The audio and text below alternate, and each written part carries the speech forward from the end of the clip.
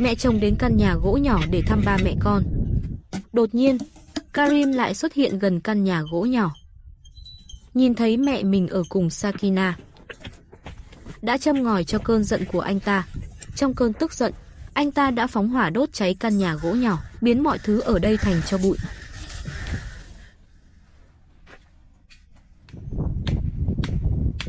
Buổi sáng, Sakina đang san phẳng mặt đất. Cô muốn làm cho nơi này bằng phẳng hơn một chút, để tạo ra một không gian nghỉ ngơi thoải mái cho các con. Hôm qua, Sakina đã đưa hai đứa con vào thành phố, mua cho các con một bộ quần áo mới. Tuy nhiên, tiền xe về thành phố đã trở thành một phiền toái nhỏ. Mặc dù giá xăng ở Iran rất rẻ, nhưng vì sống ở vùng núi hẻo lánh, tài xế sẽ yêu cầu thêm phí. Và mọi người không thể chỉ nhìn vào giá xăng thấp, dù sao cũng còn có chi phí nhân công. Tất nhiên, anh chàng quay phim cuối cùng đã trả tiền xe cho họ, khiến ngày hôm đó kết thúc một cách trọn vẹn hơn.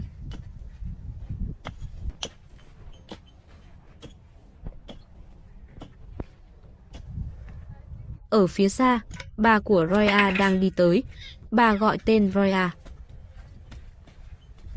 Roya nhìn thấy bà, cô bé liền chạy ra đón. Đây là lần đầu tiên trong 13 ngày con dâu chuyển ra ngoài, bà đến thăm họ.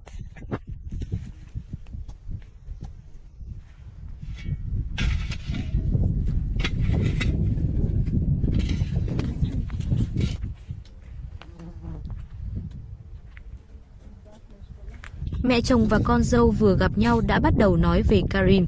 Trong lòng Sakina, Karim không có chút lòng thương xót nào đối với họ. Sakina kể với mẹ chồng, Karim đã đến đây vài lần, gây ra rất nhiều phiền phức cho họ. Cô nghiêm túc mô tả những sự việc đã xảy ra.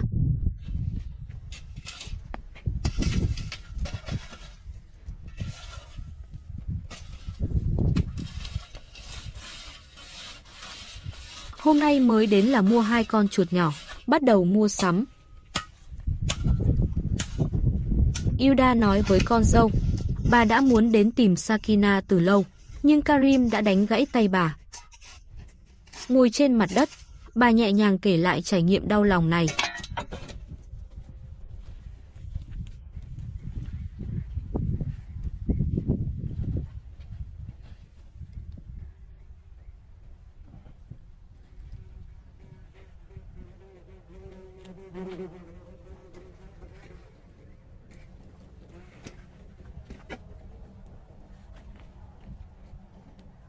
Hai mẹ con tiếp tục chia sẻ những chuyện đã xảy ra trong thời gian này.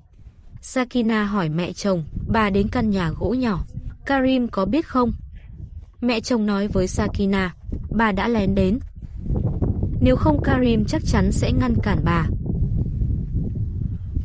Mẹ chồng và Sakina, mặc dù trước đây từng có một số mâu thuẫn, nhưng lúc này họ cùng chia sẻ những cảm xúc bất mãn với Karim. Khi Sakina đưa hai đứa con rời đi, mẹ chồng cũng đã từng níu kéo ba mẹ con. Nhưng lúc đó Sakina đã quyết tâm.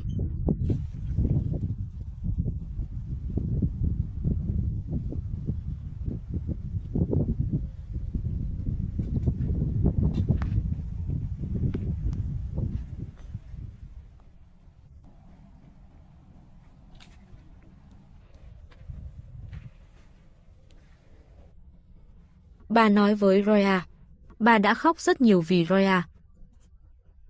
Nhưng Sakina không cho bà đến thăm Roya, vì Sakina sợ Karim sẽ đưa Roya đi mất. Roya lặng lẽ lắng nghe lời bà.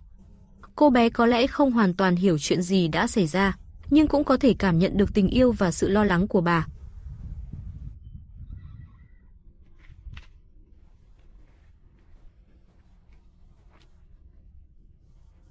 Mẹ chồng nói với Sakina, vì sự an toàn của cô và các con, bà muốn đưa họ về làng sống. Nơi đó là ngôi nhà cố định của họ, sẽ không để Karim làm phiền ba mẹ con nữa. Tuy nhiên, Sakina đã kiên quyết từ chối. Cô hiểu ý tốt của mẹ chồng, nhưng cô không thể tha thứ cho Karim.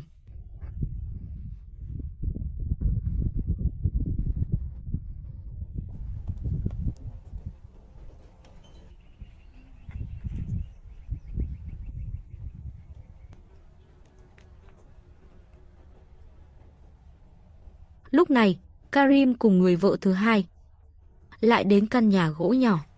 Anh ta thấy mẹ mình đến, liền đá bay cái ấm nước trên đất. Khuôn mặt anh ta đầy tức giận, không muốn mẹ đến thăm họ.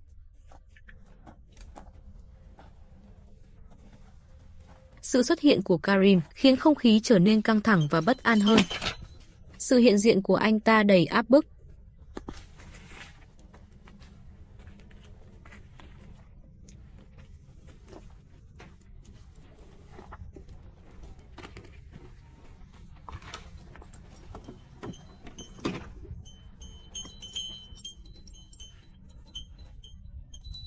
Lần này Karim đã hoàn toàn mất đi lớp ngụy trang. Anh ta đã thể hiện bộ mặt thật của mình, đầy đe dọa và ác ý.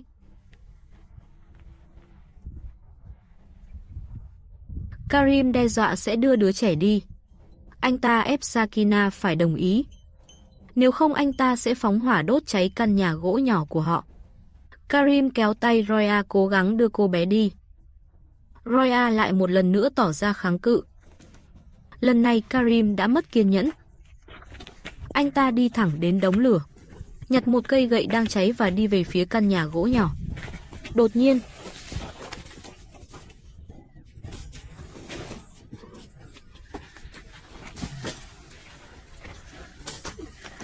Sakina và mẹ chồng cố gắng ngăn cản, nhưng Karim không do dự châm lửa.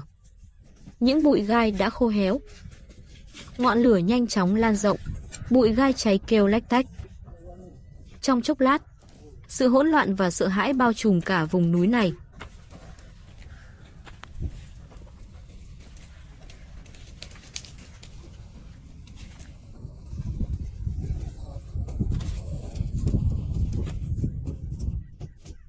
Khi ngọn lửa lan rộng, một phần gỗ của căn nhà nhỏ đã bị cháy rụi. Nơi đây khô hanh, một khi đã bùng cháy thì gần như không thể dập tắt. Họ đã cố gắng hết sức để dập lửa, dùng mọi cách có thể, cố gắng cứu vãn một phần kết cấu gỗ của căn nhà nhỏ. Cuộc xung đột và sự lan rộng của ngọn lửa này cũng khiến người quay phim cảm thấy áp lực rất lớn, gần như bận đến không thở nổi.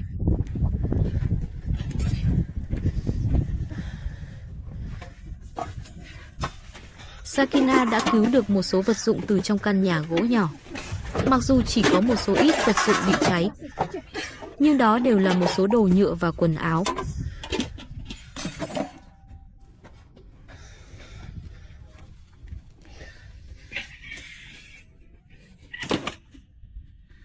Lúc này Sakina sắp sụp đổ. Cô bảo mẹ chồng rời khỏi đây, nếu mẹ chồng không đến căn nhà gỗ nhỏ. Karim đã không phóng hỏa.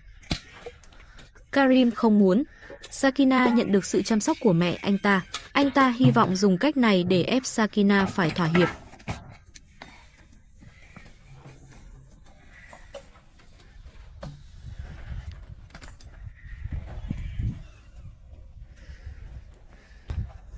Lúc này, mẹ chồng cảm thấy đau lòng và buồn bã.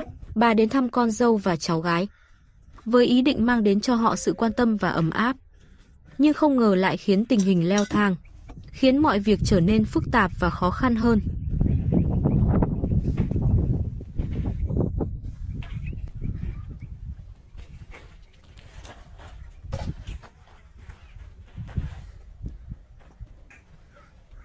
Sau khi mẹ chồng rời đi, chỉ còn lại ba mẹ con họ. Nhìn ngôi nhà bị cháy rụi, lòng cô đầy bất lực và đau khổ. Cô biết rằng bây giờ không thể ở trong nhà được nữa. Và vụ hỏa hoạn này cũng khiến cuộc sống của cô càng thêm khó khăn.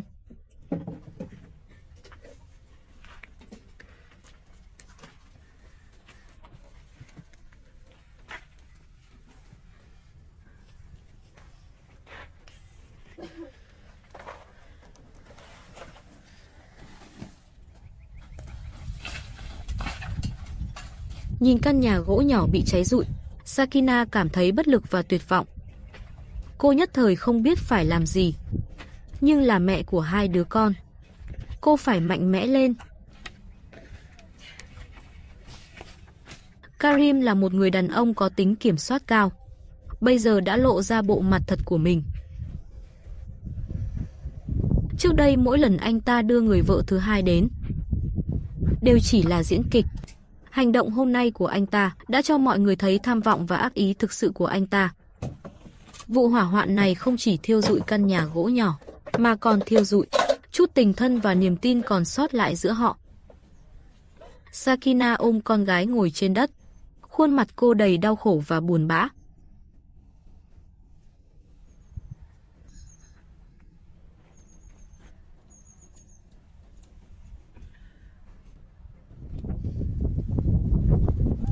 Sakina quyết định dỡ bỏ hoàn toàn căn nhà gỗ nhỏ này. Cô không có ý định sống ở đây nữa, muốn rời xa nơi này, để Karim không thể tìm thấy họ.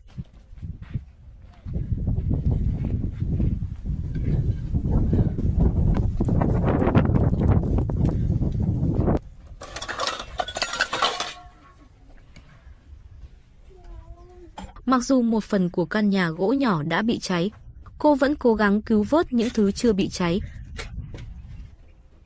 Đối với một người phụ nữ, xây dựng một nơi trú ẩn như thế này không hề dễ dàng. Bây giờ cô phải đối mặt với khó khăn khi phải làm lại từ đầu.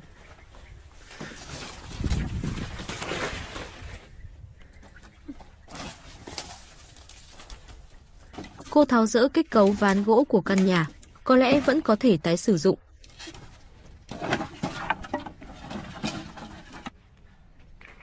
Cô lại một lần nữa không kìm được nỗi đau và buồn bã. Cô ngồi xổm trên đất khóc không thành tiếng. Nước mắt đã làm ướt đẫm gò má cô. Cô tiếp tục dỡ bỏ nơi ở. Cô phải mạnh mẽ đối mặt với tất cả những điều này.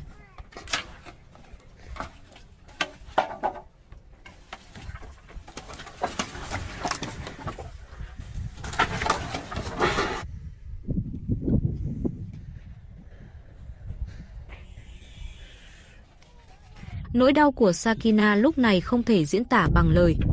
Tâm trạng nặng trĩu đến cực điểm. Hành vi lần này của Karim đã gây ra cho cô tổn thương không kém gì sự phản bội trước đó. Mỗi thanh gỗ được tháo dỡ đều giống như một cái gai trong lòng cô, khiến cô đau thấu tim gan. Cô con gái nhỏ không ngừng khóc lóc, người mẹ vẫn chưa hoàn toàn thoát khỏi nỗi đau. Cô cố gắng hết sức để dỗ dành con gái nhỏ.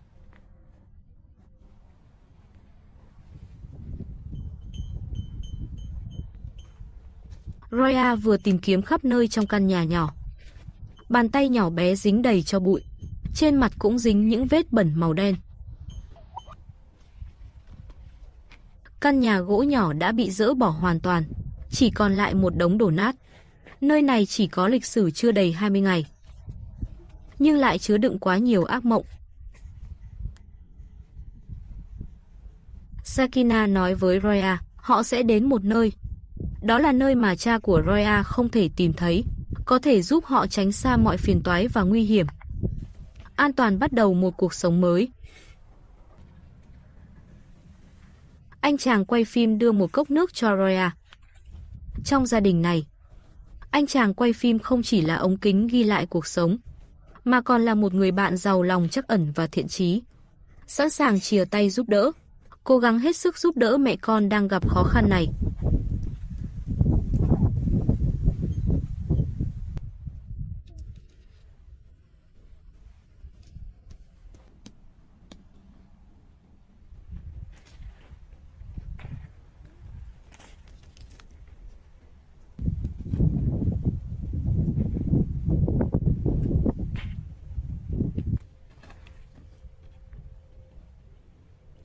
Sakina nhìn đống đổ nát trước mắt, lòng cô vô cùng phức tạp. Cô chuyển từng tấm ván gỗ ra ngoài, cố gắng không ngừng. Những gì xảy ra hôm nay khiến cô càng thêm quyết tâm rời khỏi nơi này. Cô biết rõ bản chất của Karim. Mọi chuyện xảy ra hôm nay, một lần nữa chứng thực phán đoán của cô về Karim. Trước đây họ đã nhiều lần bị Karim quấy rối. Nhiều khán giả đã khuyên cô nên rời khỏi đây. Nhưng căn nhà gỗ nhỏ đã được xây dựng trước khi họ rời bỏ chồng. Sau khi rời bỏ chồng, muốn chuyển đến nơi khác để bắt đầu lại là rất khó đối với cô. Nhưng bây giờ tình hình đã thay đổi. Cô cũng không thể không rời đi.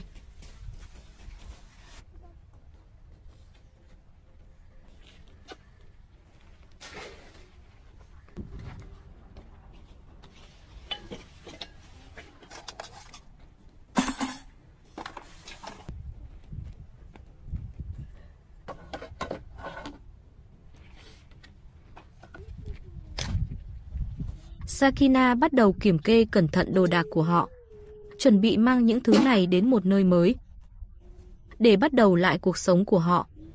Quá trình này đầy rẫy những điều không chắc chắn. Số phận của ba mẹ con sẽ mở ra một chương mới.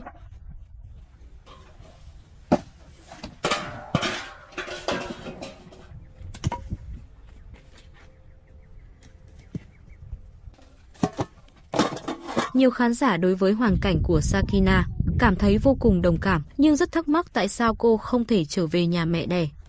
Điều này có nhiều nguyên nhân, bao gồm văn hóa, gia đình và các yếu tố khác. Trong một số bối cảnh xã hội và văn hóa, phụ nữ có thể phải chịu nhiều hạn chế và ràng buộc hơn. Và địa vị của phụ nữ ở Iran không cao, luật pháp địa phương đều không thể bảo vệ tốt quyền lợi của phụ nữ. Huống chi họ còn là dân du mục, một nhóm người kiên trì với tư tưởng truyền thống. Vì vậy, Sakina chỉ có thể dựa vào chính mình để đối mặt với những khó khăn trong cuộc sống.